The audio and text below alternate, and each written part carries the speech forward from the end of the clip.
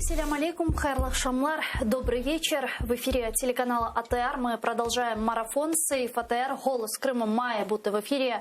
В студии для вас работаю я, Гульсум Халилова, и мой коллега Шевкет Наматулаев. Селям алейкум, добрый вечер. И хотел бы обратиться к зрителям, которые смотрят нас в Турции. Мы сейчас видим, пишут в Фейсбуке о том, что есть проблемы.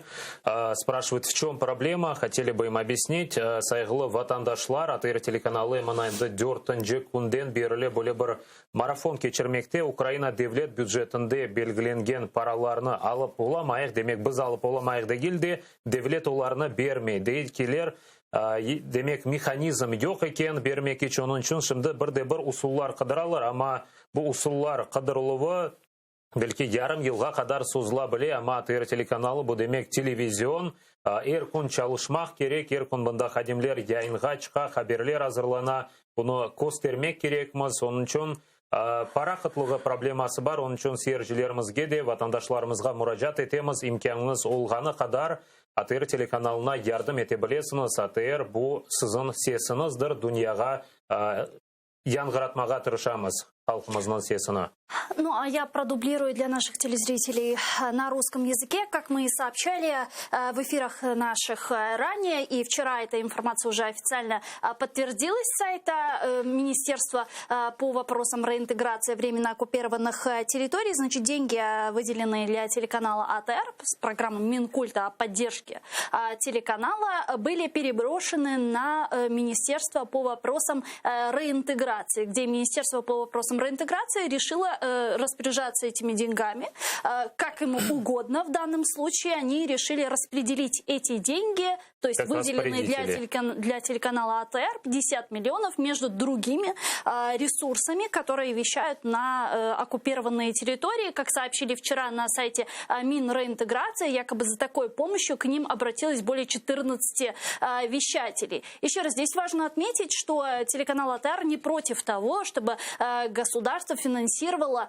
другие ресурсы, которые вещают на временно оккупированные территории. Нам непонятно, почему это делается за счет телеканала АТР. Почему первый, единственный крымстарский телеканал в мире сегодня лишают фактически государственного финансирования. С нами сейчас на прямой связи народный депутат Украины, фракция «Голос» Соломія Бобровська. Пані Соломію, вітаю вас. Доброго дня, вітаємо. Пани Соломия, как вы в целом оцениваете ситуацию, которая сегодня сложилась вокруг финансирования телеканала АТР? Нам непонятно, почему это сегодня делается за счет телеканала АТР, за счет единственного крымско-татарского телеканала. Разве не является это дискриминацией крымско-татарского народа сегодня? По-перше, мені дуже соромно і прикро, що до моменту включення в ефір я не вияснила цю ситуацію з Мінкультом. І надіюсь, що завтра період запитань до уряду я озвучу це питання до і пана Резнікова, і до прем'єра, в першу чергу, власне. Він відповідає за цю політику загально. Чому кошти, які давним-давно мали бути виділені і закриті, до сих пір до вас не дійшли, і борги не є повністю фактично закритими. І чому ситуація повторюється знову? Я знаю, що умови, які виставляла держава, вони теж були важко підйомними для реалізації виконання. Тому завтра буду просити своєї фракції слово для того, щоб задати по вас в першу чергу запитання.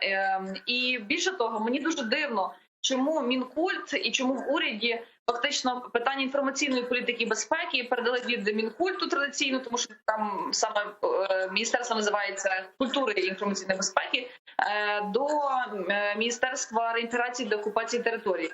Тому що, власне, ця ланка, гілка, вона була підпорядкована міністру культури в першу чергу. І мені дуже дивно чути, що саме Резніков визначив, як перерозподіляти кошти і чому таким волюнтаристським способом було прийнято рішення. І от сьогодні чую від вас, пані Гульсум, що буде перерозподілення коштів на більше ніж 10 мовників. Тому з своєї сторони обіцяю, що докладу максимум зусиль і листи, і запитання, і, можливо, винести питання це на комітет гуманітарний для того, щоб і парламент теж втрутився в цю ситуацію і АТР підтримали. Ми могли підтримати АТР. Дуже дякуємо вам за підтримку, пані Соломія. Но все же хотела узнать вот вашу точку зрения, почему так происходит? Это вообще сегодня вот принятие подобного решения, это государственная позиция. А что будет дальше? Сегодня перекроют «Голос крымских татар», перекроют крымстарский телеканал, а завтра откроют северокрымский канал, подадут воду в Крым. Что будет дальше? Ну, я теж частину позиції, які я чую в парламенті, і апеляція до того, що канал є начебто не державний і приватний, і чому має бути індульгенція одним, а не іншим, і так далі. Це те, що побутує в дискусіях і в розмовах. Але попри все, моя позиція незмінна. Я переконана, що і кримські татари, які в нашій фракції, і в «Солідарності», і є підтримка від «Слуг народу», про те, що така ініціатива має бути підтримана. Тим паче ви фактично єдиний мовник в першу чергу для Криму, кримських татар, і це річ, яка не має бути порушена. Якщо держава не може створити свій державний мовник, очевидно, вона має підтримати приватний, той, який існує. Тому тут моя позиція дуже очевидна. Будемо клопотати і піднімати це питання теж на рівні парламенту. Мені здається, що це було б правильно, якби і Микита Потураєв, і весь гуманітарний комітет втрутився і надав теж підтримку вам як каналу від комітету профільного, в том числе из информационной безопасности. Соломея, в прошлом году, когда такой же марафон проводили на телеканале АТР, в прошлом году была практически аналогичная ситуация, но тогда просто не выделяли финансирование, а в этом году просто решили деньги, предусмотренные для телеканала АТР, распределить на другие вещатели. Поэтому и в прошлом году обращались к народным депутатам, которые включались в наш эфир, просили на законодательном уровне как-то найти возможности закрепить гарантии. Возможно, этот вопрос необходимо поднять в парламенте. Можно ли это на законодательном уровне отрегулировать? Дивіться, важко це буде внести в захищену статтю, але це можливо передбачати щороку в грудні місяці, коли приймається бюджет, для того, щоб ця стрічка залишалася у вас у видатках Міністерства реінтеграції чи то Міністерства культури. Але мене як депутатку обурює те, що інформаційна безпека, яка стосується Донецької, Луганської і Криму, цих територій тепер відноситься до питання реінтеграції, деокупації, тому що і стратегічних кроків в цього міністерства, і, зокрема, віце-прем'єра, я не бачу особисто. І мені дуже хотілося, щоб ТРТ взяв і в нього коментар для того, щоб віце-прем'єр пообіцяв публічно для всіх підтримку єдиному кримсько-татарському каналу. Скажите, а в целом вы сегодня видите какую-то стратегию по Крыму, по деоккупации Крыма, по которой мы сегодня движемся? Куда мы идем?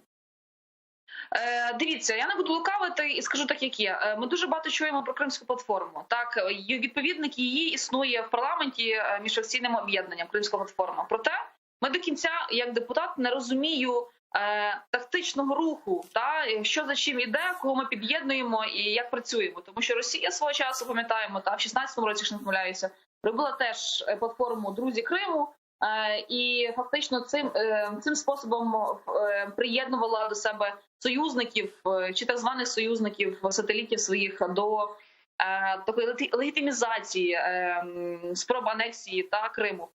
Мені б хотілося тут чітких кроків, і щоб ця думка лунала не лише з уст МЗС і президента, але не в міжпарламентських майданчиках. Я це перше говорю про парламентську асамблею Ради Європи. У нас буде весною парламентська асамблея НАТО, і ці речі мають звучати. Більше того, як на мене, комунікація парламентська, вона є не менш важливою і теж з такою підтримкою в підтримці кримського питання, для того, щоб воно не сходило з порядку денного. А ми відчуваємо, що Україна, в принципі, спадає і відходить на задній план в Європі, особливо з нашої збройної агресії далеко не на перші місця, на жаль.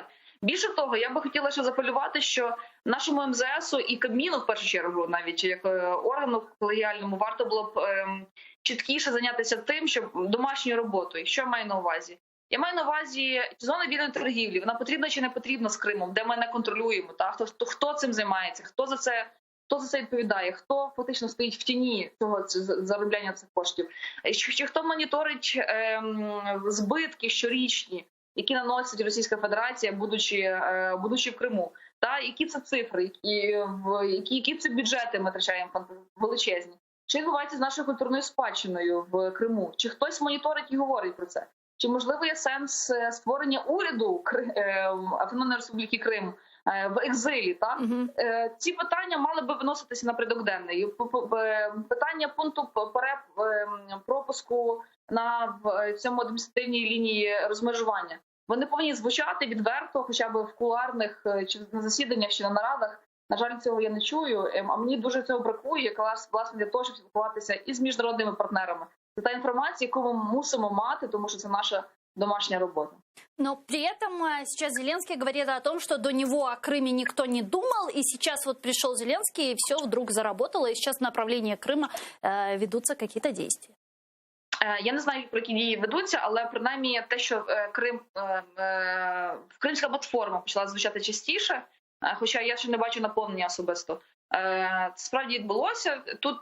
Тут я би не викремлювала жодного з президентів, тому що і один, і другий мав би показати результат. А поки ми стоїмо на місці, а кількість того, що ми говоримо слово Крим, мені здається, не допомагає. Ми маємо зробити певну роботу і дуже чітко, стратегічно рухатися по тим тактичним кроках, які мали бути визначені. Наразі я їх не бачу, на жаль. І очікую, що від профільного віце-прем'єра, і від міністра закордонних справ ми побачимо синергию и пропозицию до работы.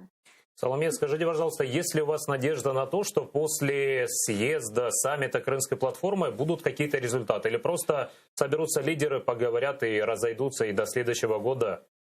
Ну, или может ли быть разработана какая-то институциональная модель этой платформы? Ви знаєте, я вважаю, що це було б найправильніше, тому що якщо не буде результатів після цього з'їзду, саміту, зустрічі, тоді, на жаль, ми просто перейдемо в таку ранг розмов в черговий раз, але не дій. А мені хотілося, щоб це якраз був показник того, що Україна напрацювала і напрацює реально в практичних кроках навіть в рамках країни для самих себе, для кримчан, які є тимчасово переміщеними особами, і для держави, особливо в форматі збитків. Я дуже цього очікую. Насправді це те, що мало бути зроблено ще 6 років тому. И вчера же министр Резников выступил с таким заявлением, прокомментировал для Левого берега по поводу тех россиян, которые переехали после оккупации полуострова. Говорит о том, что они могут оставаться, принять гражданство и жить на территории Крыма. Какое ваше отношение к этим людям, которые заселились в Крыму, колонизировали Крымский полуостров? Поддерживаете ли вы такую позицию Резникова? Це була мова про росіян, які заселяють Крим? Да. Но я могу вам процитировать Резникова. Он сказал, что переселенцы в Крым, то есть россияне, смогут остаться там после деоккупации. Ну, давайте почнемо з того, що нам бракує закону про колабораціонізм і взагалі перехідного законодавства та правосуддя, яке має бути здійснено після деокупації. Але я, чесно кажучи, навіть не уявляю, як ці росіяни, ми вже мали приклад в 40-х роках після депортації кримських татар, скільки росіяни і особливо військових було заселено на території півострова, і як далі вони не асимілювалися, фактично стали підривною міною для подальшої уже знову ж спроби анексії в 2014 році. І це елемент, який прямо загрожує національній безпеці. Тому про які паспорти говорить Резніков, українські тим паче, які туди повернуться, я вважаю, що це є нонсенсом і, в принципі, недопустимою річчю. Дякуємо дуже. Чохса Галина Петренко, пані Соломія Бобровська, народний депутат України, фракции «Голос» была с нами на прямом зв'язку. Действительно, в последнее время звучат очень часто такие взаимоисключающие заявления из уст чиновников и президента, в частности, который говорит, что вот до него о Крыме никто ничего не думал и не делал. Тут пришел Зеленский, инициировали Крымскую платформу и начали активно действовать в направлении деоккупации полуострова. Но с другой стороны, вдруг лишают финансирования телеканала АТР, единственный источник правды для временно оккупированного Крыма. И вот эти вещи абсолютно никаким образом между собой не связаны. Я просто не вижу никакой логики. Действительно, не укладывается ни в стратегию реинтеграции, ни в стратегию деоккупации, ни в информационную стратегию и так далее. Далее я хочу напомнить нашим телезрителям, что на студии работают телефоны. На экраны ваших телевизоров режиссеры их периодически выводят. Вот сейчас вы видите номер телефона +3 8073 419 41 58. Звоните нам абсолютно бесплатно по Вайберу. Присоединяйтесь по скайпу. atr.tv – это наш адрес. Звоните, задавайте ваши вопросы, высказывайте свою точку зрения относительно того, что сейчас происходит с финансированием телеканала АТР. Нам действительно очень важен ваш голос, нам важна сегодня ваша поддержка. Поддержать финансово вы также можете телеканал АТР. На экранах ваших телевизоров сбоку вы видите номер карты, куда вы можете отправить финансовую помощь. Каждая копейка, каждая гривна сейчас для нас важна как никогда. Мы благодарим всех тех, кто нас поддерживает в течение этих последних, сколько мы уже марафоним? Четвертый день. Спасибо всем огромное. Чох сағылны сайғылы достлар. Мы марафоним 4-й день, но видим, что нет официальной позиции ни от Кабинета министров, ни от министерства именно конкретно по проблеме телеканала АТР. Лишь мне кажется, увидели заявление, что... вот это вчерашнее заявление Министерства реинтеграции, мне кажется, вот это было, в принципе, каким-то ответом. Да, просто мы не видим, что не было написано, что это деньги телеканала АТР. Написано было, что есть 50 миллионов, которые мы можем, там наоборот сказано, что готовы профинансировать и другие, но не говорится о том, что это за счет телеканала АТР. Деньги были в бюджете заложены, были предусмотрены в бюджете именно под финансирование телеканала АТР. Почему-то министерство решило, что эти деньги можно поделить как большой пирог и на другие СМИ. Мы и до этого заявляли, и сейчас, что мы не против, финансируйте. Наоборот, можно удвоить, утроить финансирование. Безусловно. Да, но не за счет кого-то. Но я вот так, знаешь, подумала, что если даже эти 50 миллионов распределить поровну между этими вещателями, а их в данном случае сколько там они сказали? 14, то это получится по 3,5 миллиона на каждый вещатель. Возможно, еще не все попросили, поэтому... Да, это даже не покроет половину задолженности телеканала АТР за спутник. Так или иначе, это не имеет, в принципе, сейчас никакого значения, потому что телеканал АТР, мы, сотрудники телеканала АТР, ответственно заявили, что мы не собираемся участвовать в каких-либо конкурсах, в фейковых конкурсах. Мы сюда не приехали, чтобы участвовать в конкурсах, мы сюда приехали возвращать Крым, а возвращение Крыма – это не конкурс, господин Резников. С нами сейчас на прямой связи Игорь Лапин, народный депутат Украины 8-го созыва. Пане Игорю, витаю вас. Доброго дня. Пане Игорю, нет ли у вас такого ощущения дежавю? Потому что в прошлом году, в этот же период, мы с вами говорили о том же. В студії в этой, да. Так, ви знаєте, чесно кажучи, є речі, які держава повинна підтримувати, є речі, які мають бути, скажімо так, правила для... Той, хто в тяжких умовах знаходиться, тих треба підтримувати. Знаєте, це як для малозабезпечених людей є, наприклад, субсидії. Це моє таке глибоке переконання.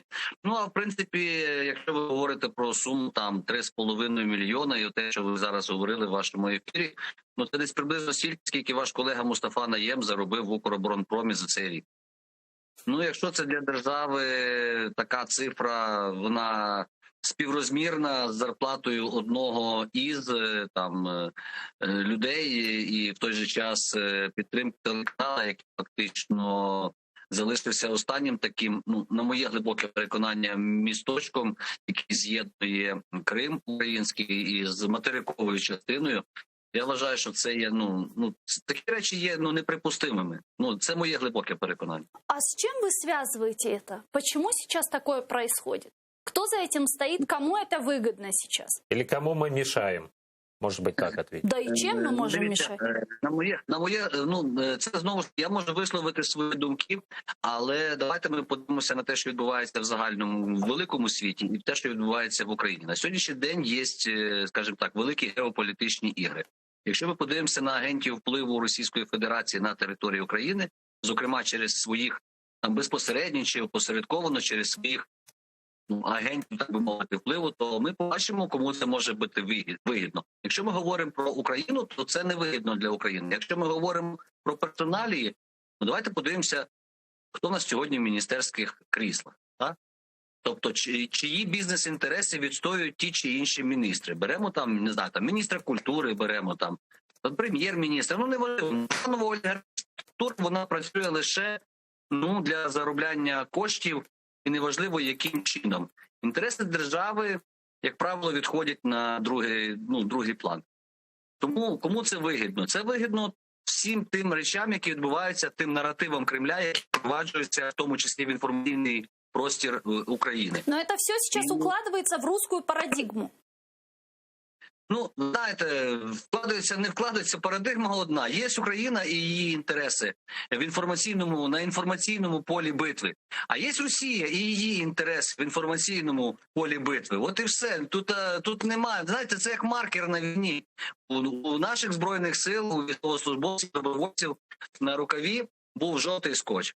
А у російських терористів і найманців був білий бінт. От це як маркер, свій-чужий. Все. Більше можна далі будувати теорії конспірології і так далі, але, як правило, все відбувається дуже маркерно. Вчера был интересный комментарий министра Резникова по поводу тех переселенцев россиян, которые переехали в Крым после оккупации Крыма. Он предлагает и даже говорит, могут остаться, получить гражданство и продолжать жить, что мы не Сталин, никого там депортировать не будем. Какое ваше отношение к тем россиянам, которые колонизировали Крым? Дивіться, дати їм громадянство, дати їм право обиратися, бути обраними. Розумієте, що ми таким чином звалимося. Другий момент, в нас же йде ще питання відкриття ринку землі. Ринок землі не може бути на даний момент продаватися іноземцям земля, а громадянам України, звичайно, може. Тому за цими речами стоїть дві речі, дві таких цілі. Одна з них, знову ж таки, окупація України за допомогою людей з паспортами і України, і Росії також. Друга теза – це буде полягати в тому, що це є вигідно для розбазарювання української землі. Це отак от. Я завжди був проти таких речей, як подвійне громадянство. Я підтримував це лише в тій частині, якщо ми дозволяємо комусь, неважливо. Сьогодні Росія в нас країна-агресор. Ми розуміємо, що дуже багато впливу мають, наприклад, там паспорти Угорщини на Закарпатті чи Румунії, в Чернівецькій області. Тобто я вважаю, що якщо ми говоримо про можливість подвійного громадянства, в цій ситуації люди, які мають паспорт України і будь-якої іншої держави, мають бути як мінімум обмежені в виборчих правах. Вони не мають права обиратися і бути обраними. Роздавати паспорта України росіянам, я ще раз наголошую, це може запропонувати лише малорос. Пане Игорю, у нас есть цитата Алексея Резникова, чтобы наши зрители понимали лучше, о чем идет речь. Я предлагаю сейчас послушать эту цитату и продолжим нашу дискуссию. У всіх буде можливість вільно ухвалити рішення. Якщо захочуть легально жити на території України, вони можуть отримати статус іноземних громадян, прийняти українське громадянство або жити як особи без громадянства. Або ж ці люди можуть ухвалити інше рішення – повернутися на свою історичну батьківщину. Ми не збираємося, на відміну від спадкоємців сталінського режиму, займатися депортацією. В данном случае можно обратиться в историю и вспомнить 1945 год, когда Чехия вернула себе Судетские области, и она не постеснялась тогда выселить более 10 тысяч немцев, более 10 тысяч коллаборантов из своей территории, и после, понятно, капитуляции Германии. И сейчас вот Алексей Резников делает вот такое заявление. Как вы думаете, это государственная позиция, если об этом говорит вице-премьер, об этом говорит министр по вопросам реинтеграции временно оккупированных территорий? Дивіться, какая-то лояльна позиція, виходить. Вони сьогодні дуже хочуть повернути такі речі, як довіру виборців проросійсько налаштованих до себе. У них же ж рейтинги то валяться. Це перше. Другий момент, ще раз наголошую, це навіть не колаборанти, це громадяни іншої держави. Ви знаєте, в мене є побратими, які воювали зі зброєю в руках, захищаючи національні інтереси України, тобто люди, громадяни Російської Федерації. Вони вже по 5-6 років ходять, оббивають пороги, щоб отримати паспорт України. А пан Резніков хоче фактично людям, які, цьому, скажімо так, окупантам роздавати український паспорт. Ну таким чином завтра він договориться, що в Донецьк ті, що приїхали там буряти, бойові і чечени, давай ще їм роздамо українські паспорта, і нехай вони собі живуть в тих квартирах, які вони зайняли, в тих квартирах, які колись належали громадянам України. Давай їм підприємство віддамо. Ну ще раз наголошую, це позиція не українця. А так як в пана Резнікова є паспорт громадянина України, то я кажу, це позиція колаборанта.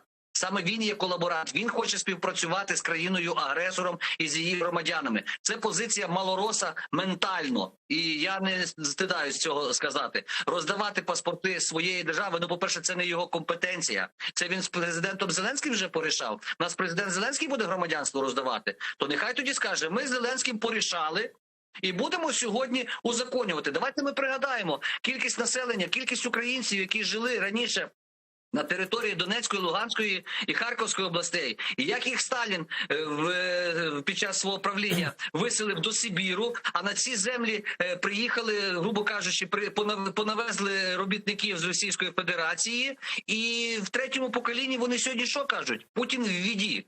От Путін їм і вводить. А Резнікову треба щось інше ввести, перепрошую за емоції. Дякуємо дуже, пане Ігорю. Сагун за підтримку. Ігор Лапін, народний депутат України 8-го скликання, був з нами на прямому зв'язку. А сейчас с нами на связи Недим Халилов должен быть из Польши. Есть же, да, с нами связь с Польшей? Член исполнительного комитета Всемирного конгресса крымских татар Недим Усинов с нами сейчас на прямой связи. Недим ага, селям алейкум. Алейкум селям. Селям алейкум. Недим ага, мы знаем, что про проблему с финансированием телеканала АТР знают уже и в Польше. Не просто в Польше граждане, а в правительстве Польши. Расскажите, пожалуйста, как это случилось, кто заинтересовался проблемой и что говорят по сложившейся ситуации? Ну, с проблемами с АТР и с финансированием АТР ознакомлены в Польше уже не в первый раз и не первый год. Сейчас речь идет о вице-спикере Сейма, то есть парламента Польши Малгожате Гасевской, которая является в том числе автором рапорта о убийствах российских сепаратистов на Майдане, в Донбассе украинском, да, который много очень прошумел очень в свое время. С тех пор Гасевская интересуется тоже проблемой крымских татар. Но она не единственная в правительстве Польши и во властных кругах Польши, которая интересуется тем, что происходит вокруг АТР и с проблемой с финансированием. Да, и вчера был визит Резника в Варшаву, где он вручил Гасевской орден княгине Ольге третьей степени. Вот. И при этом случае я поинтересовался у нее, как выглядит ситуация, разговаривала ли она с Резником у АТР о том, что у нас проблемы такие сейчас снова каждый год повторяющиеся. Она сказала, что да, тема была затронута, поднималась во время их встречи, и он пообещал, что все будет хорошо. Это цитата. Угу. Все будет хорошо, но непонятно, как это будет все хорошо, потому что и в прошлом году нам говорили, все будет хорошо, не надо паники. В прошлом году эта ситуация началась в феврале, не ошибаюсь, да, в начале февраля. Этот вопрос только решился к маю, поэтому начался карантин, затянули. Мы поэтому подняли бурю такую, возмущение, хотим донести, что не надо затягивать, как в прошлом году. Это телеканал, которому нужно работать. И поэтому вот мы тоже не сидим на месте. Да. Какая ваша, Недимбей, аналитическая точка зрения? Вот почему так происходит уже второй год с приходом Зеленского? Я не буду лукавить, при Порошенко тоже были некоторые сложности, однако они до Нового года решались. Сейчас же уже второй год подряд АТР пытаются лишить фактически финансирования. Вот как вы думаете, можно ли это списать на непрофессионализм, на дилетантство, на непонимание проблематики, если хотите? Или же все-таки это такая целенаправленная политика на уничтожение первого крымстатарского телеканала АТР и, возможно, даже дискриминацию крымстатарского народа? Это вообще проблема идентификации политиков в Украине с государством и с государственническим делом. Да? Когда чиновник становится высокопоставленным лицом и представляет лицо целого государства, особенно перед международным сообществом, но он нужно понимать, что какие-то интересы, какие-то внутренние его взгляды на разные вещи нужно оставить в стороне. Если мы сейчас говорим о том, что, возможно, в канцелярии, в администрации президента или в офисе президента Зеленского сейчас есть силы, группы, которые лоббируют за тем, чтобы гасить, тушить темы, которые раздражают россиян, то это одна проблема. Она, знаете, в сравнении с тем, какой ущерб наносится репутации Украины во всем мире, да, в международном сообществе, из-за какой-то, казалось бы, мелочной проблемы. Мы говорим сейчас о каких суммах финансирования необходимо для того, чтобы АТР просто мог жить, как единственный, самый крупный, самый эффективный канал, который вещает в оккупированный Крым, который является, по сути, украинским голосом в этом Крыму,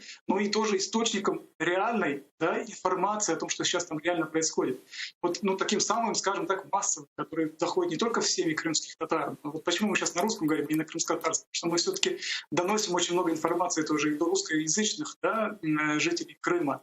И мне лично, вот я живу в Варшаве, да, и общаюсь с польскими политиками, а порой приходится удивляться на то, как они смотрят на это, как они реагируют. Они говорят, а вот это же просто вопрос репутационный.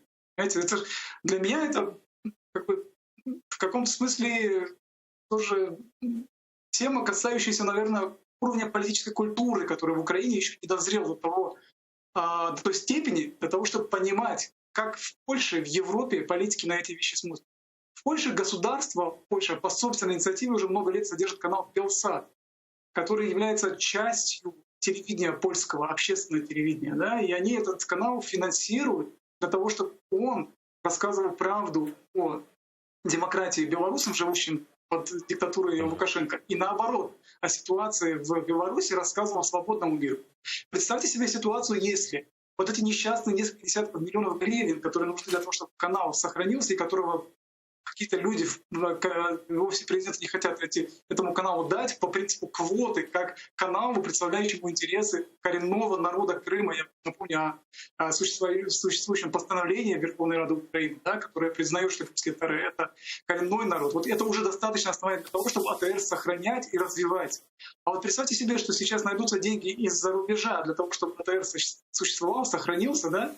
Какая репутационная, скажем так, какой стыд и поражение для украинцев. Имиджевый удар такой. Огромный. Тогда вот, знаете, возникает тогда еще такой вопрос. Вот не имея внутри своей страны, Украины, четкую информационную стратегию, четкую стратегию деоккупации Крыма и так далее, как мы можем рассчитывать на поддержку наших западных партнеров, в данном случае введение более радикальных санкций в отношении России даже в таком вопросе? Ну, знаете, с грустью приходится констатировать, что крымские татары опять становятся вот той силой, которая вынуждена уповать лишь только на свои собственные возможности, да, на свой собственный потенциал. Несмотря на то, что мы граждане Украины, коренной народ, который сегодня платит такую высокую цену за то, что за верность Украине, да, за борьбу за свободу, мы, опять же, это же унизительно. По сути, убеждать правительство в Киеве в том, что мы достойны того, чтобы у нас был свой канал. Представляете, это же единственное оружие в наших руках. Это информация, это правда, которую мы несем. Да? Можно иметь какие-то, я понимаю, что можно иметь какие-то претензии, допустим, к тому, что канал говорит иногда очень откровенные вещи против России. Это мешает ведению международной политики Киева где-то, в какой-то степени, в какой-то мере. Да? Но если наказывать сразу отсутствием финансирования и еще это обосновывать тем, что, видите ли, конкурсы какие-то они открытые хотят объявлять, вот западные партнеры уж точно на это смотрят с недоумением. И ваше видение из Польши, достаточно ли делает Украина для освобождения Крыма, для того, чтобы рассказать про ситуацию в Крыму, то, что происходит для всего мира? Знаете, Украина, мы понимаем, что сейчас против нее ведется гибридная война, Донбасс горит и так далее, Крым оккупирован, и Россия все более, знаете, такими крепкими, твердыми нитями связывает ее с собой, да, и процесс деоккупации будет более сложным, продолжительным и так далее. Это все огромные проблемы, которые просто давят на человека сверху, да, и на любое государство, на чиновников. Но любая зарубежная международная политика, а вот украинские чиновники очень часто на международных платформах говорят о том, что деоккупация Крыма, помогите нам, недавно президент говорил, а почему вы еще не в НАТО. Но если украинская зарубежная внешняя политика не будет основана на сильных, знаете, таких столпах внутренней политики, последовательной в первую очередь, хорошо продуманной, и защищающий интересы украинскости, украинского государства внутри себя, тогда все, что говорит Украина за рубежом, на внешних площадках, не будет достойно, знаете, вот такого доверия, никогда не будет приниматься с чистой монетой, всегда будет приниматься с таким, как... Они говорят то, что они вынуждены говорить, потому что это электорат, который он их выбрал, сейчас это требует. Но никто никогда не предложит реальные действия, если чиновники у себя дома делают одно, а за рубежом говорят другое. Плюс ко всему, вот мы говорим о сохранении крымско-татарского телеканала АТР, телеканала, который принадлежит коренному народу Крыма, да, но в Украине даже на законодательном уровне сегодня нет закона о коренных народах. Есть постановление, но закона нет. Механизма, чтобы были гарантии, на что имеют право коренные народы, права и обязанности. У нас до сих пор не определено вообще, что такое, кто такие коренные народы. И на что могут претендовать. Что мешает сегодня принять государству Украину хотя бы этот закон? Можно говорить сейчас о других крымско-татарских вопросах и о внесении изменений в Конституцию Украины, о крымско-татарской национальной территориальной автономии, о законе о топонимике и о других вопросах. Но хотя бы этот закон почему бы не принять? Две вещи. Первое — это большая пятая колонна российская в Украине, которая сильно давит и дестабилизирует ситуацию. А вторая — это отсутствие, как я уже раньше говорил, государственнического мышления у украинских политических элит, которому еще предстоит учиться у Запада. И констатация моя здесь, или вывод, может быть, такой не совсем оптимистичный, да. Я, кстати, на меня эти идеи хлынули после очередной эпопеи с АТРом, да, который вынужден опять просить денег за то, что... Даже не просить, а требовать, потому что просить-то нечего. Такой украинский крымско-татарский канал, которому, как каналу, который отстаивает права коренного народа Крыма, эти деньги положены. Это моральная обязанность украинского государства эти деньги давать. Но знаете, оказывается, что теперь нужно крымским татарам все-таки более активно на международных площадках действовать, наверное, как такому политическому субъекту независимому. В каком смысле? Не как государство отдельно, а как крымско-татарский народ выходить на площадки и говорить: слушайте, вы видите, что происходит у нас сегодня в Киеве? Помогите нам, независимо от этого. Независимо от того, что мы не можем сегодня наших политиков, наших представителей убедить нам помочь. Но раз нет, значит, все-таки мы как, наверное, Меджлис, как Всемирный конгресс крымских татар, как крымские татары, присутствующие на всяких встречах с международными партнерами, разговаривайте от имени собственного, от своего лица. Наверное, это все, что остается, иначе мы не спасем. Иначе мы по-прежнему будем оставаться, знаете, скажем так, какого-то рода изгоем у себя дома, как гостями у себя дома. Çok sağ olunuz. Çok sağ olunuz, Недим Ага. Бізге қол тұтаңыз үшін Недим Халилов из Польши, член Всемирного конгресса крымских татар, член исполкома Всемирного конгресса крымских татар. А к нам сейчас присоединяется Андрей Курков, президент Украинского ПЕНу. Пане Андрію, вітаю вас. Витаю, добрый день. Пане Андрею, вы как руководитель организации, которая создана с целью защиты свободы слова и прав авторов, что сегодня можете сказать относительно действий власти, которые фактически уничтожают сегодня телеканал АТР, иначе я это назвать не могу? Телеканал АТР — это единственный голос украинского Крыма в украинских медиа на сегодняшний день. То есть, в принципе, если его не поддерживает какая-то часть политической элиты, это значит, что эта часть политической элиты не верит в украинский Крым.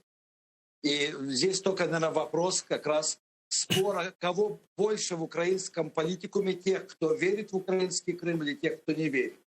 Я не знаю, так сказать, финансовой подноготной всех правил финансирования, но поддерживать АТР — это обязанность украинского государства, так же, как бороться за возвращение Крымского полуострова назад на родину, в Украину.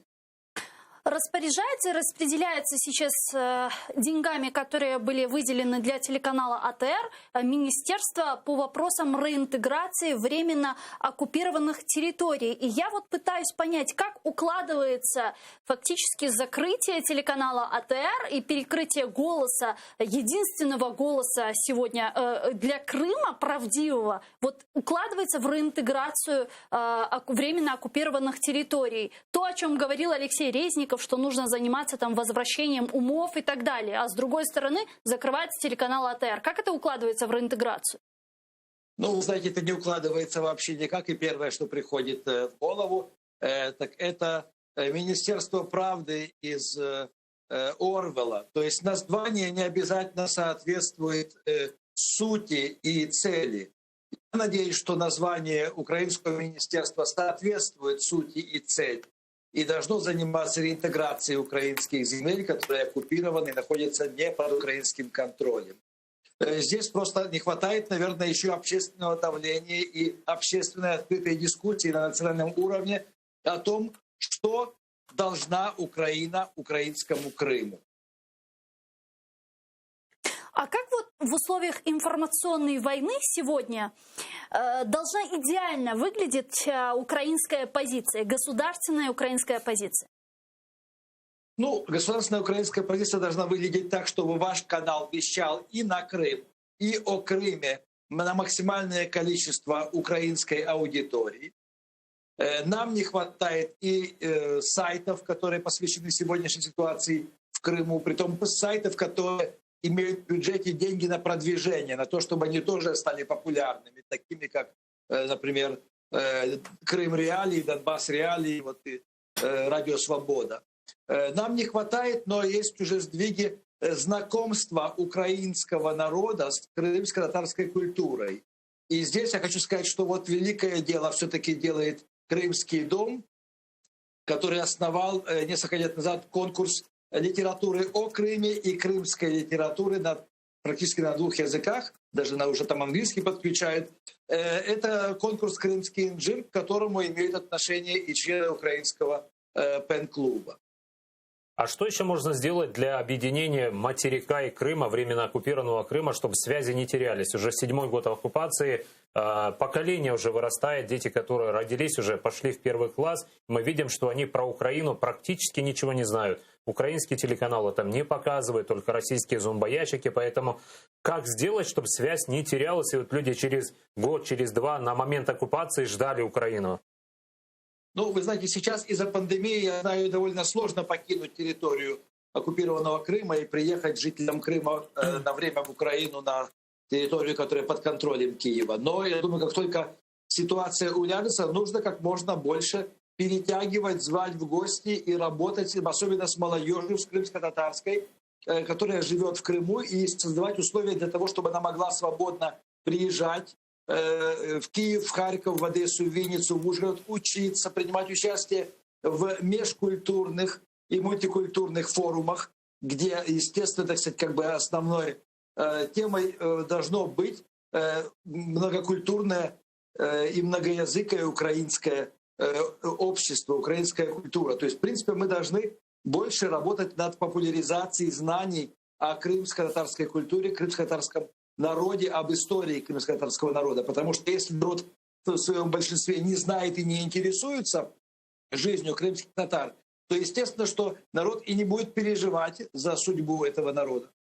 Украинский народ, я имею в виду. Вы правильно говорите, но при этом мы видим такие взаимоисключающие вещи, которые сейчас происходят. С одной стороны, Министерство по вопросам реинтеграции собирается разрабатывать концепцию по сохранению, развитию, популяризации крымско-татарского языка, а с другой стороны, фактически лишает и закрывает телеканал АТР, единственный, который вещает на крымско-татарском языке. Ну, я уже повторяться не буду. В принципе, я сказал то, что я думаю по этому поводу. Это неправильная позиция, и украинское правительство должно изменить свое отношение к единственному реальному голосу украинского Крыма. Но если вспомнить до оккупационный период, до 2014 года, украинские СМИ хотел просто вспомнить, как они показывали крымских татар, что власть никак не реагировала на просьбы крымских татар выделить земельные участки, там, дать разрешение на что-то. И люди просто требовались, боролись за свои права, и также там за получение земли, там построить мечеть. Люди просто боролись, устраивали пикеты, а украинские СМИ на то время показывали, что крымские татары захватчики своей же земли. После 2014 года отношение украинцев намного ли поменялось к крымским татарам? Начали ли понимать боль крымских татар, проблемы, с которыми столкнулись крымские татары после возвращения на свою родину? Вот эти стереотипы, которые были, они начали испаряться? Вы знаете, я очень хорошо помню ситуацию начала 90-х годов, когда крымское правительство под гарантией и по инициативе, точнее, Леонида Кравчука должно было выделять землю на постройки домов, потому что никто не собирался возвращать крымско-татарским семьям дома, которые у них отобрали в момент депортации, куда вселили крестьян из Ярославской области, из Курской и так далее. То есть, в принципе, старая крымско-татарская Евпатория вдруг стала славянской в один момент. И я помню, что было ощущение, что, в принципе, все эти объявления, декларации о желании помочь крымским татарам, это, в принципе, политические декларации без какой-то базы, без реального желания изменить ситуацию, потому что, я помню, все это блокировалось на то время коммунистическим правительством Крыма, и Киев не реагировал. Киев не реагировал Леонид Кравчук, никто. И поэтому, в принципе, новости о самозахватах были постоянно, а о причинах этих самозахватов никто не говорил. Сейчас уже те, кто интересуется, те все знают. Знают и то, как местное население крымским, русскоязычные тоже начали после этого захватывать землю и говорить, вот татарам можно, а нам нельзя. И получилось такое, как, конечно, клише, что главные самозахватчики — это крымские татары, вот почему с этим можно, а нам нельзя. При этом никогда не говорилось о первопричинах этой ситуації. Дякуємо вам дуже, пане Андрію. Прошу. Дякуємо за підтримку. Чохсаг, у нас Андрій Курков був з нами на прямому зв'язку, президент украинского ПЕН.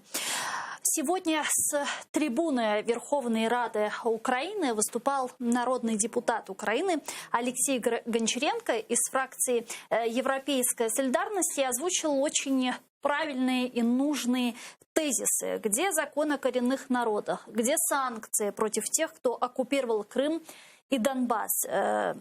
Сегодня он призвал парламентариев провести слушания по вопросу оккупированных Россией территорий Украины. Постановление об их проведении уже год приняла Верховная Рада Украины, и до сих пор она не может для этого собраться. Давайте послушаем Алексея Гончаренко. Эмоциональное такое выступление. Эмоциональный такой спич был. Предлагаю послушать. Де законопроект про корінні народи, який сьогодні чекають кримські татари? Де на нашому порядку денному постанова 3766 про схвалення санкцій проти тих, хто бореться проти нашої цілісності і суверенітету України? Де постанова 3447 про переслідування Православної церкви України там, в Криму? Давайте нарешті припинимо розмовляти і якісь балачки робити. Давайте робити, щось діяти. В нас в лютому буде 7-ма річниця подій в Криму. День супротиву, коли Крим захоплювали вороги. Давайте ми зараз в лютому хоча б присвятимо Криму, Донбасу окремі дні сесійні і приймемо важливі рішення. Слава Україні!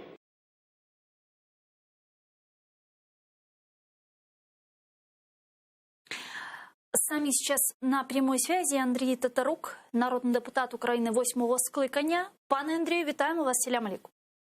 Витаю.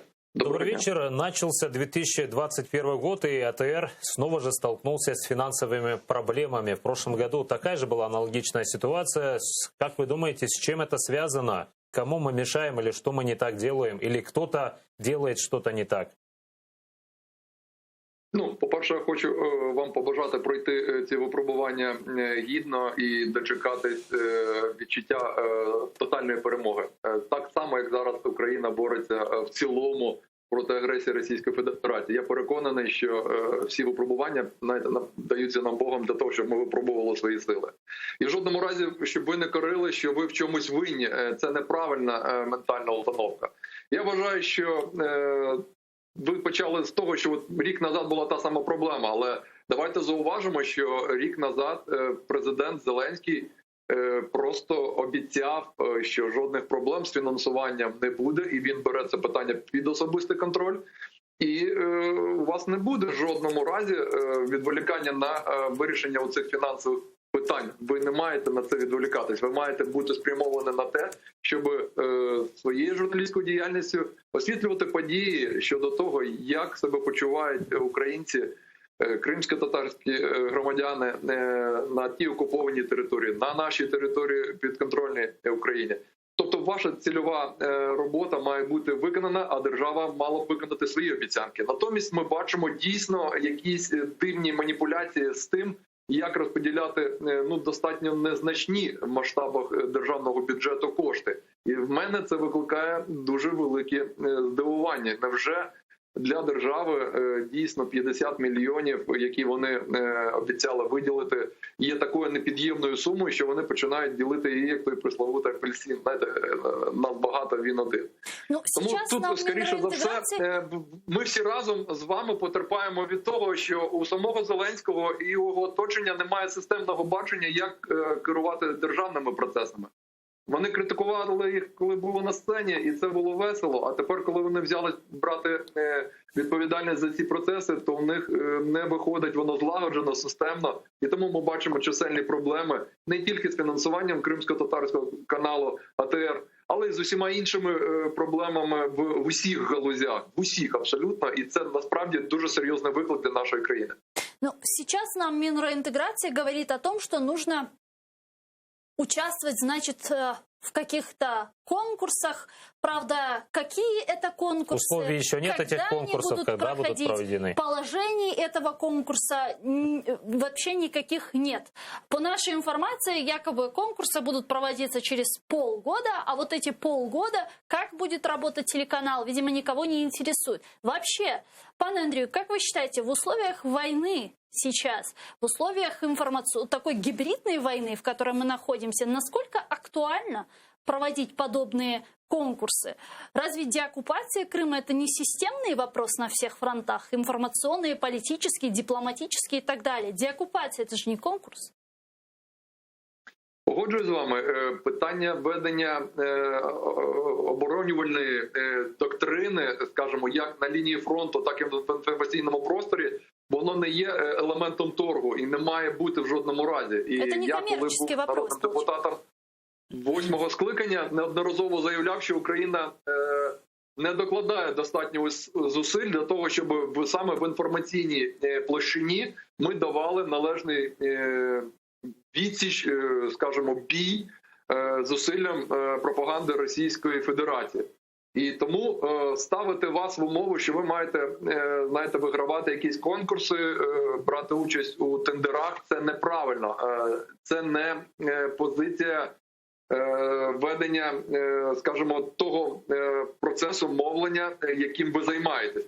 Якщо б, наприклад, розігрувалося якась проведення фестивалю на якийсь кращий канал, то вони могли б виписати якісь тези, якісь вимоги, і тоді всі бажаючі канали могли б брати за своїм бажанням участь.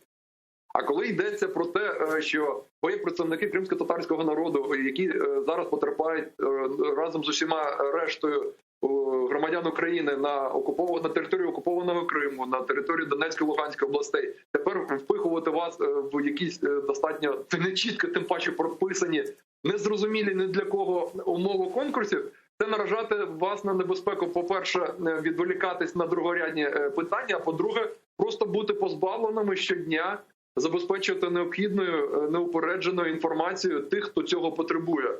І це неправильно, це не державницька позиція, і мене вона дуже гнетить. Я понимаю, почему нас закрывали в 2015 году русские. Мне кажется, это всем понятно. Но вот мы сейчас искренне не понимаем, почему это делают власти Украины. Вот не хочется, конечно, приходить к каким-то плачевным выводам, хотя они, к сожалению, напрашиваются, нет? Ну, я ж вам ще раз кажу, я висловлюю вам всіляку підтримку, і саме я не хочу сказати погане, але неправильна поведінка було б карнати себе, що ви щось неправильно робите. Я вважаю, що ви, як журналісти, якраз відчайдушно боретесь за те, щоб ваш канал існував в достатньо жорстких умовах. Але я хочу вам навести приклад, що саме в таких умовах Україна перебуває з 2014 року. І поступово, крок за кроком, ми вирішуємо величезну низку проблем, яку ніхто не збирався вирішувати з 91-го року, коли незалежність була, скажімо, впала нам з неба. Тепер ми дійсно виборюємо її, так само, як виборювали решта країн, які хочуть жити саме в демократичній правовий спосіб. І для нас це величезний виклик, щоб ми не вийшли за межі правового поля. І тому мені якраз як народному депутату, а зараз просто громадському діячу, більше за все болить за те, що наша українська влада не розуміє, наскільки важливо приймати рішення в правовий спосіб, щоб вони були зрозумілі кожному законослухняному громадянину, щоб всі розуміли, за якими правилами ми існуємо. Зеленський сам не дотримується законодавства, сам його порушує. І тепер в таких умовах прогнозувати, як він чинить саме з вашим каналом, попри ті обіцянки, які він робив рік назад, мені дуже важко.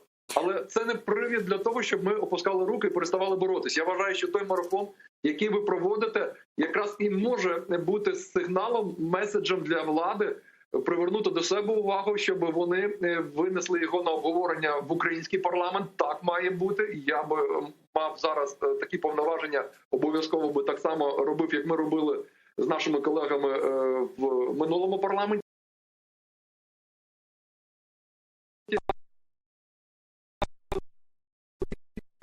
Воно не дратувало нікого, воно так не має бути. Це не питання, скажімо, 50 мільярдів, які було б дійсно важко знайти. Це не те питання, яке взагалі мало б відволікати величезну кількість людей на обговорення і прийняття рішення.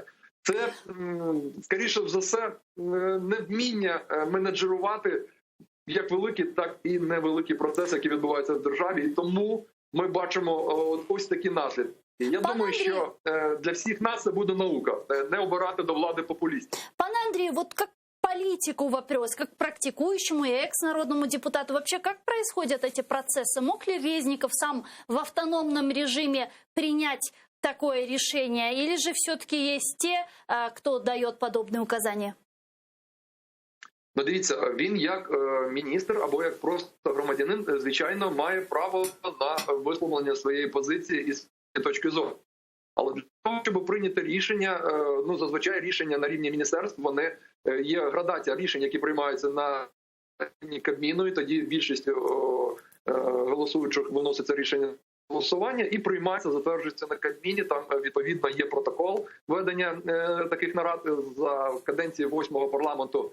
Всі засідання Кабміну транслювалися в прямому ефірі, всі могли розуміти, які питання виносяться на обговорення.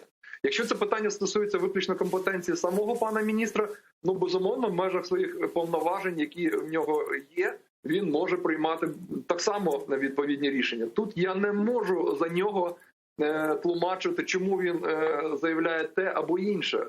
Тим паче, що ми бачимо зазвичай протилежні позиції. Президент може казати одне, міністр казати інше, а народні депутати кажуть взагалі якусь позицію, яка не корелюється з першими двома озвученими. Тому мене найбільше гнетить те, що наша влада, яка зараз обрана, взагалі не має стратегеми поведінки нашої країни в умовах агресії Російської Федерації. Що ми робимо найближчі дні, місяці, роки, яким ми бачимо вихід з протистояння з Російською Федерацією. А в цю ідеологему, в цю візію мало б вкладатися, що ми робимо з Кримом, як ми його супроводжуємо інформаційно, яку кампанію накладання санкцій Україна провадить, яку ми виносимо на обговорення на міжнародну площину і вимагаємо наших партнерів приєднуватися. Але саме головне, що рушієм цієї енергетики має бути саме Україна. Ми не маємо займати вичікувальну позицію, яку зазвичай ми чуємо зараз від деяких депутатів, від більшості «Слуга народу», які кажуть, ми просто чекаємо, що Росія виконає свої вимоги. Так ні. Так вони будуть саме поводити, як, наприклад, з Придністров'ям, просто замороживши конфлікт і відклавши вирішення питання на просто десятиріччя. Ми кожного дня маємо робити Росії пекло, як на території Російської Федерації, так і в міжнародному правовому просторі, де б їй нещадно пекло за те, що вона вчиняє акти агресії проти суверенної території нашої держави. І вона має розплачуватись за кожен день перебування на території півострова Крим, на території Донецької, Луганської областей все більшими економічними і політичними санкціями. І тоді вона має, Російська Федерація, падати на коліна, вмовляючи Україну нарешті ставити питання, в який спосіб вона буде компенсовувати всі завдані збитки як фізичним особам, юридичним компаніям, і відкомпенсувати всі нанесені збройними силами, і колаборантами, і приватними компаніями шкоду, нанесену нашій державі. Це все цілком реальні речі, тому що так само Росія забралась геть з Афганістану, де вона незаконно вводила свій контингент. Так само вона забрала свої війська західної групи військ. Тому ми говоримо про те, що Росія зараз має потужний чинник – це збройова компонента, вона його використовує. А Україна, як країна, яка потерпає від цієї агресії, має використовувати правову площину для захисту себе від такої агресії. Тут я вважаю, що ми маємо мати візію і її послідовно щоденно використовувати. Тоді ми будемо мати успіх і щодо Криму, і щодо окупованих територій Донецької, Луганської областей. Разом переможемо. Пане Андрію. Дякуємо за підтримку. Андрій Тетерук, народний депутат України 8-го скликання, був з нами на прямому зв'язку. Ну а сейчас снова же депутат 8-го созыва Светлана Залищук с нами на связи. Добрый вечер. Доброго дня. Добрый вечер. Светлана, вы знаете, что телеканал АТР в очередной раз столкнулся с недофинансированием, то есть даже не финансированием, блокированием финансирования. Какие пути выхода в этот раз вы можете нам предложить? Какие пути выхода видите вы? По-перше, хочу висловити підтримку каналу АТР. Це один з непродажних каналів, один з каналів, який реально творить якісну інформацію, якісні новини, збалансовані новини, який працює по совісті, і тому великий респект вам за це. Не тільки як колишнього депутата чи громадського діяча, а як глядача вашого каналу. Тепер щодо виходу із ситуації, на мою думку... Сорвался, к сожалению, у нас телефонный звонок. Светлана Залищук, народный депутат Украины 8-го созыва, с нами на прямой связи. Должна быть связь уже возобновилась. Алло. Алло. Алло. Зі зв'язком, ви мене чуєте? Да, зараз чуємо, будь ласка. Чудово, дякую. Отже, щодо того, як виходити з цієї ситуації, мені здається, що має бути прямий канал комунікації з владою сьогодні. Треба зустрічатися з віце-прем'єром Резніковим. Треба з'ясовувати, з яких причин поміняли модель фінансування. Треба пояснювати йому, чому АТР не є одним з тих 14, невідомо яких, до речі, так, 14 нібито каналів, які планує фінансувати це міністерство. Я особисто не знаю інших 13 потенційних якихось каналів, які працюють в інформаційному просторі, які справді доносять таку ж інформацію і роблять ту функцію, яку робите ви. Тому що будемо відвертими з вами, що настільки уваги, як ви приділяєте її питанням і деокупації, і реінтеграції, не приділяє жоден, напевно, з телеканалів в Україні. А це тема, яка постійно повинна бути не лише на міжнародних майданчиках, але повинна обговорюватися в українському суспільстві. Тому що якщо тут уваги до цієї теми не буде, то очевидно, що і міжнародна спільнота буде меньше дбать про неї. А как вы думаете, почему сегодня так происходит? Почему вот уже второй год от телеканала АТР сталкивается вот с такой проблемой? С чем это связано? Это можно списать на непрофессионализм, может быть, на дилетантство или непонимание проблематики? Или же все-таки это такая целенаправленная позиция? Ну, чесно кажучи, я особисто з величезною повагою ставлюся до віце-прем'єра Резнікова, наприклад, до його команди. І назвати їх професійними в мене не підніметься просто язик, тому що вони точно професійні. І він точно дбає про ту тематику, яку ви в своєму ефірі обговорюєте. Інша справа, в мене питання до міністерства, як воно спрацювало, хто ухвалив таке рішення, чи це було політичне рішення, чи це було бюрократичне рішення, і хтось просто вирішив, а давайте зробимо новий механізм, абсолютно не враховуючи особливостей того, власне, який інформаційний простір існує, як він твориться, хто його учасники, яку роль в цьому відіграє канал АТР.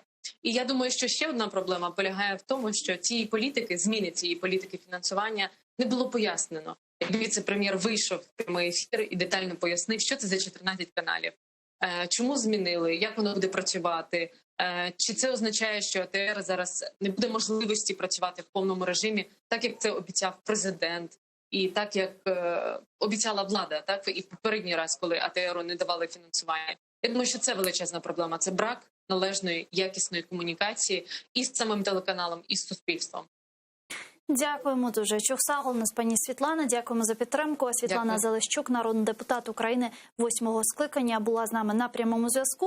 Шевкет Ага, если не ошибаюсь, редакция «Замана» обращалась в Министерство по вопросам интеграции. Тот же Есть день, ли какие-то когда... новости? Нет, пока новостей нет, но в рамках закона обещали ответить. Это может быть до 14 дней, поэтому тот ответ, который был опубликован на сайте Министерства Минтота, это не тот ответ, который нужен нам, а ответа на наши вопросы еще до сих пор не было. И вице-премьера, министра Алексея Резникова неоднократно приглашали в нашу студию и на Прайм Муждабаева, и на другие эфиры.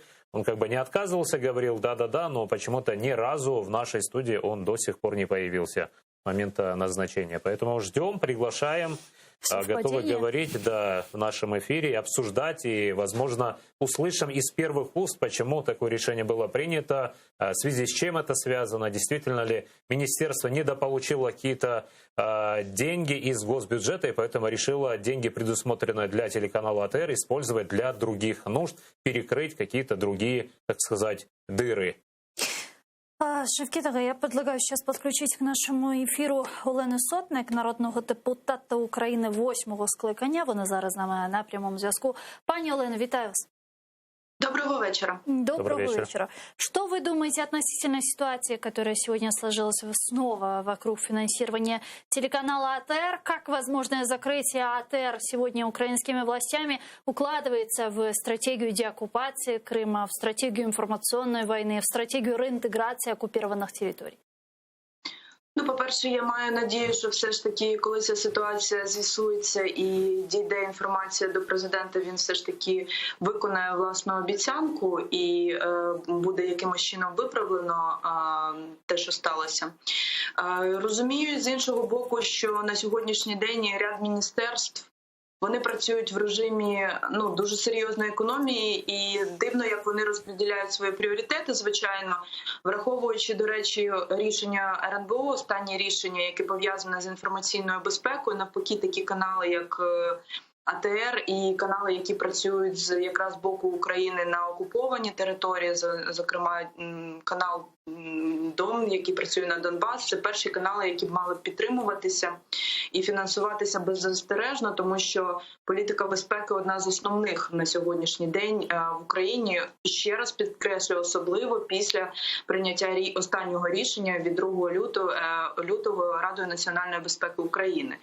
Ну і другий момент дуже важливий, це погоджуюся з моєю колегою Світланою Заліщук, те, що я зараз почула, це питання комунікації. Не може одноособово вирішуватися міністром, який відповідає за інформаційну політику, за культуру, одноособово вирішуватися, цим даю гроші, а цим не даю. Цей канал фактично, припиняючи фінансування, цей канал я закриваю, а цей канал я відкриваю. Тобто це, очевидно, для мене питання зловживання владою, і я думаю, що з цього боку також треба ще з цим питанням серйозно розбиратися.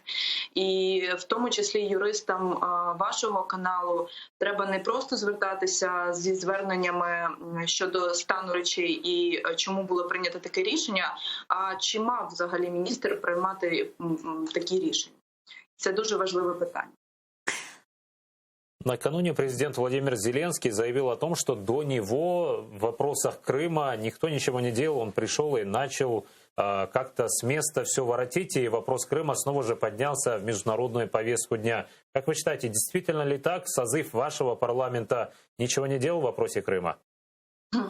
Ну, насправді, я думаю, що всі, хто відстоюють інтереси України, відстоюють першочергове питання територіальної цілісності, того, що Крим – це є Україна беззастережно на всіх можливих майданчиках. І неправильно там попередня влада, нинішня влада, наступна влада ділити інтереси України абсолютно безперспективно і неконструктивно. Я думаю, що ті, хто відстоює інтереси, він відстоює Крим незалежно від того, в який це час було. Чи це в нашій каденції, чи в нинішній каденції, попередній президент, чи нинішній президент. Питання результатів. Дуже важливо дійсно було повернення Криму на рівні з Донбасом в єдиний дискурс. До речі, з цього приводу, от ви згадували про пана Резнікова, дійсно було б дуже важливо запросити його до вашого каналу і поговорити про ініціативу, яка нещодавно була презентована віце-прем'єром. Це проєкт закону, який передбачає в майбутньому реінтеграцію, в тому числі і реінтеграцію для Криму. Тобто там на одному рівні і Крим, і Донбас прописані, тобто це повністю, якщо цей закон буде прийнятий, це в принципі є чітким посилом, що і Крим, і Донбас на однаковому рівні важливе питання. Тому не президентам треба ділити, хто коли боровся за Крим, а треба просто діяти, робити якісь важливі кроки, важливі речі, і в тому числі підтримування мовлення, підтримування якраз на території України інформаційної політики об'єктивної для якраз жителів Криму. Це є одним з першочергових і важливих завдань, тому що інформаційна війна Росією ведеться дуже активно, дуже агресивно, і Україна, на превеликий жаль, дуже часто програє в ній. Я вот не знаю, это идея из того же законопроекта или нет. Министр Алексей Резников вчера сообщил о том, что как бы он поступил с теми россиянами, которые поселились в Крыму после оккупации Крыма. Он сказал бы, что могут получить гражданство или выехать, или получить гражданство Украины и продолжать жить. Никто их депортировать не будет. Ваша позиция по этому вопросу? Я не знаю, можливо, я не чула повного контексту цієї заяви, тому я не буду її коментувати. Мы можем вам сейчас вывести цитату Алексея Резникова, чтобы вы понимали, о чем идет речь. Я попрошу наших редакторов. У всіх буде можливість вільно ухвалити рішення. Якщо захочуть легально жити на території України, вони можуть отримати статус іноземних громадян, прийняти українське громадянство або жити як особи без громадянства. Або ж ці люди можуть ухвалити інше рішення – повернутися на свою історичну батьківщину. Ми не збираємося, на відміну від спадкоємців сталінського режиму, займатися депортацією. Вот так заявил Алексей Резников. Какая-то очень лояльная позиция. Есть вещи, которые нужно очень четко артикулировать. Не, просто есть законы, что те люди, которые въехали на территорию Украины незаконно, они должны покинуть эту территорию. И сейчас ставят запреты на 3 года, на 5, на 10. Те, кто незаконно посещал территорию Крыма. А территория Крыма, ее можно посетить только через Чангар, через Чаплынку, Каланчак, но никак не через Керченский пролив. Я знаючи все ж таки трошки бекграунд віце-прем'єра, дуже сподіваюся, що він як юрист розуміє, що мова може йти тільки, ви абсолютно праві, відносно тих, хто на законних підставах перебуває в Криму. І якщо ці люди на законних підставах там перебувають, то дійсно все має бути в рамках закону, і Україна є цивілізованою демократичною країною, і ніхто права людей не збирається порушувати ні за яких обставин. Але якщо люди порушили закон або в неустановленому порядку, наприклад, отримували документи, які не можна назвати документами,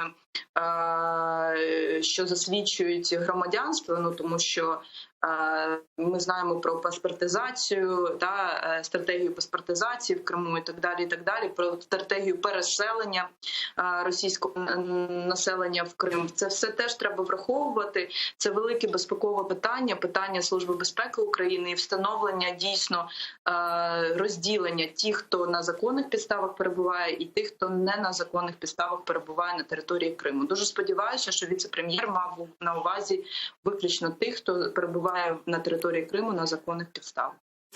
Дякуємо дуже, пані Олена. Будь ласка. Чохсагулна за підтримку. Олена Сотник, народний депутат України 8-го скликання, була Дякую. з нами До побачення. на До прямому побачення, зв'язку. До дякуємо. побачення.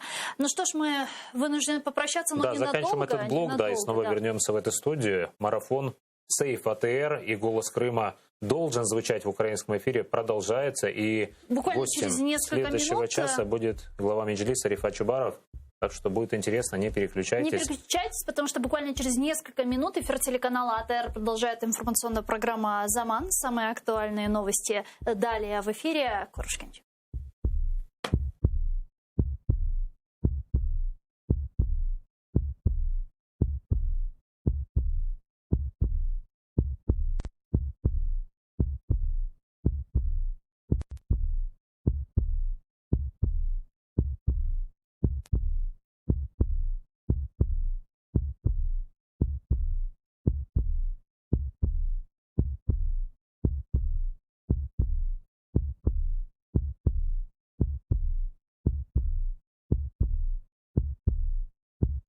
Thank you.